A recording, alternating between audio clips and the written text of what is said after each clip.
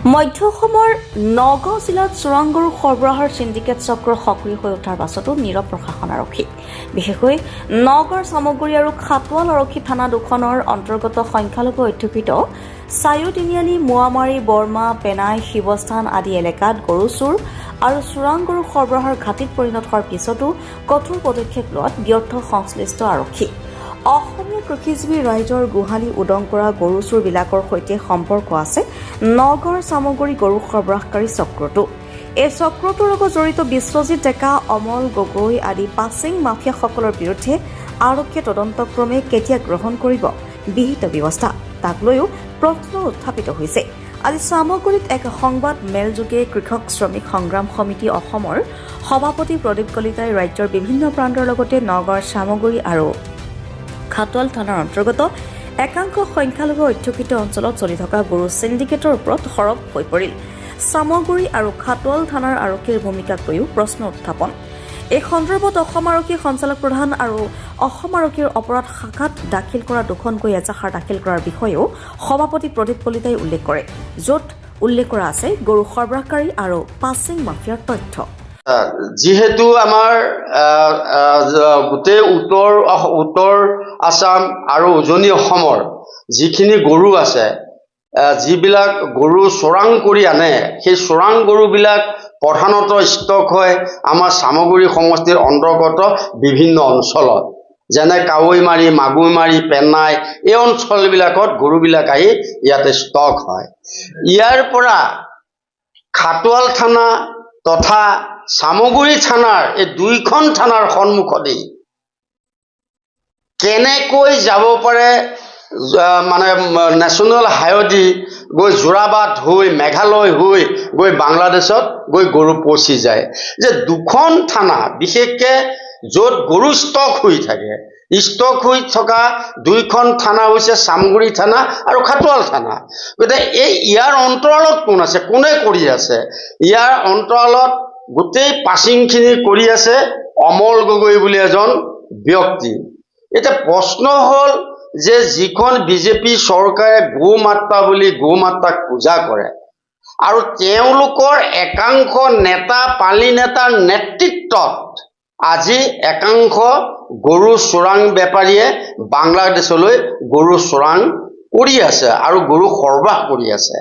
এতিয়া প্ৰশ্ন হ'ল যে এই যে বেপাৰীসকল আৰু যিবিলাক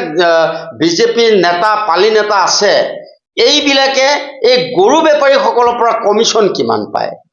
যে এখন গাড়ীৰ পৰা মিনিমাম 50,000 পৰা 60,000 টকা কমিশ্যন লয় গৰু চোৰাং বেপাৰীসকলৰ পৰা। সেই কমিশ্যনখিনি কোনে লয়? পাছিং কোনে কৰে?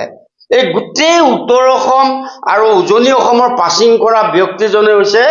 অমল গগৈ। এওঁ গাড়ীবিলাক পাছিং কৰাই দিয়ে। আৰু অমল গগৈয়ে কি কৰিছে, এই যে বেপাৰীসকলৰ পৰা যি 60,000 50,000 টকা লৈছে, আৰু প্ৰতিখন থানাত আমি জনাত, কিমান দূৰ সত্য আমি নাজানো, কিন্তু আমি জানিব পাৰিছোঁ যে খাটোৱাল থানাৰ পৰা ধৰি চামগুৰি থানাৰ পৰা কৰি প্ৰত্যেকখন থানাত মেনেজ কৰে এই অমল গগৈ বোলা ব্যক্তিজনে। আৰু এজন জাগিৰোডত এজন আছে ডেকা বুলি এজন আছে জাগিৰোডৰ, তেওঁ মেনেজ কৰে মৰিগাঁও ডিষ্ট্ৰিক্টটো। বিশ্বজিৎ ডেকা জাগিৰোডৰ, তেওঁ মেনেজ কৰে গোটেই মানে নগাঁও জিলা আৰু মৰিগাঁও জিলাৰ যিমান থানাবিলাক আছে তেওঁলোকে মেনেজ কৰে। এতিয়া আমি ক'ব বিচাৰিছোঁ যে দুখীয়া গৰীব কৃষক শ্ৰমিকসকলৰ গৰু পথাৰত নথকা হৈছে, গৰু গোহালিত নথকা হৈছে। এই গৰুবিলাক চুৰ কৰি আনি চোৰাং বেপাৰীক বিক্ৰী কৰে। এতিয়া মই ক'ব বিচাৰিছোঁ, চাওক, মই ইয়াতে ইতিমধ্যে CIDত এখন গোচৰ দিছোঁ, শেহতীয়া আছে, DGP ডাঙৰীয়াক দিছোঁ, মুখ্যমন্ত্ৰী ডাঙৰীয়াক দিছোঁ গোচৰ, আৰু ইতিমধ্যে শেহতীয়া হিচাপে আমি CIDক ইতিমধ্যে গোচৰ দিছোঁ। আমি তাতে আসামি কৰিছোঁ যে চাইফুল ইছলাম,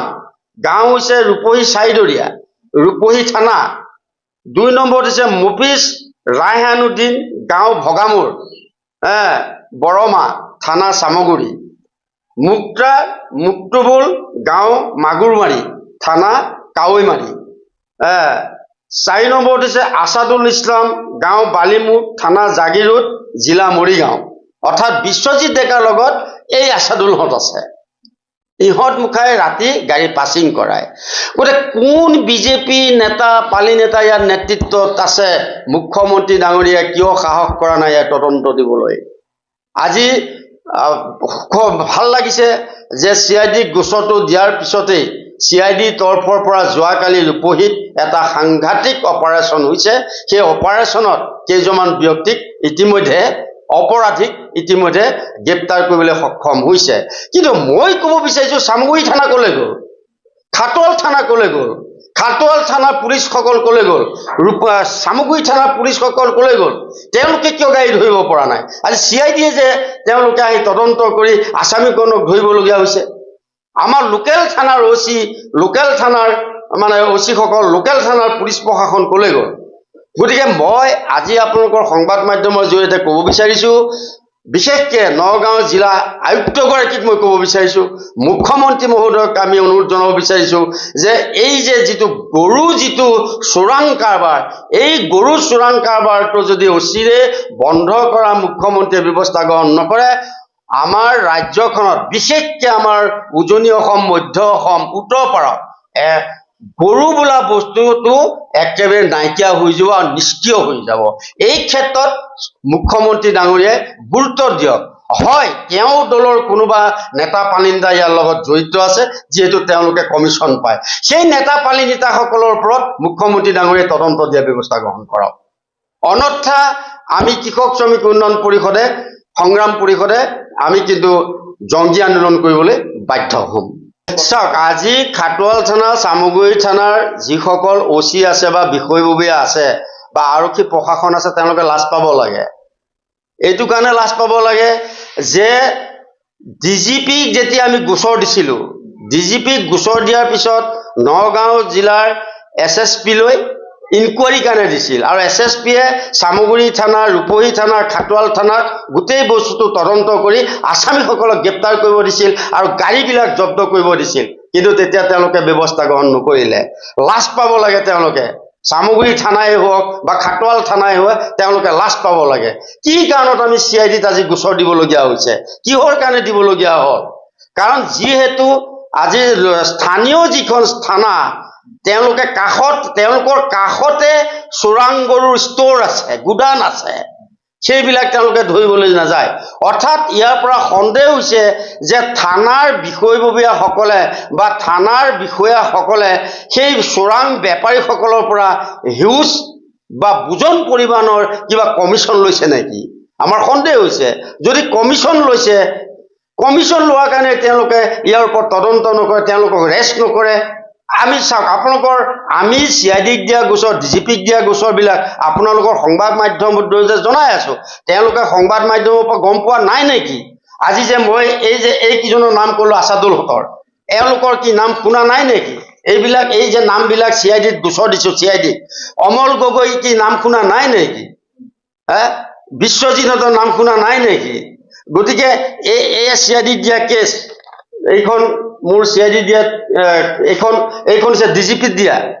এইখন DGPক দিছোঁ কেছ আৰু এইখন হৈছে শেহতীয়া হিচাপে CIDক দিয়া হৈছে গতিকে CIDকটো আমি গোটেই নামবিলাক দি দিছোঁ আসামীগণৰ গতিকে এই আসামীগণ গুৱাহাটী নে চামগুৰি নে খাটোৱালৰ ইয়াত এড্ৰেছ দিয়া হৈছে গতিকে খাটোৱাল থানাৰ অন্তৰ্গত চামগুৰি থানাৰ অন্তৰ্গত এইসকল আসামী হয় এইসকলক কিয় তেওঁলোকে গ্ৰেপ্তাৰ কৰি তেওঁলোকক বিহিত ব্যৱস্থা গ্ৰহণ কৰা নাই ইয়াত লাজৰ কথা আছে নেকি ইয়াত চৰমৰ কথা আছে নেকি থানাৰ বিষয়া ভাৰপ্ৰাপ্ত বিষয়া তেওঁলোকৰ ওপৰতো প্ৰশ্ন উত্থাপন আপুনি কৰিছে আৰু এইসকলৰ ওপৰত মুখ্যমন্ত্ৰী কেনে ব্যৱস্থা লয় চাওক আমি মুখ্যমন্ত্ৰী ডাঙৰীয়াক আজিৰ সংবাদমেলৰ জৰিয়তে অনুৰোধ কৰিব বিচাৰিছোঁ আৰু DGP ডাঙৰীয়াক অনুৰোধ কৰিব বিচাৰিছোঁ CID অধীক্ষক ডাঙৰীয়াকো আমি অনুৰোধ জনাব বিচাৰিছোঁ আৰু লগতে নগাঁও জিলা আয়ুক্ত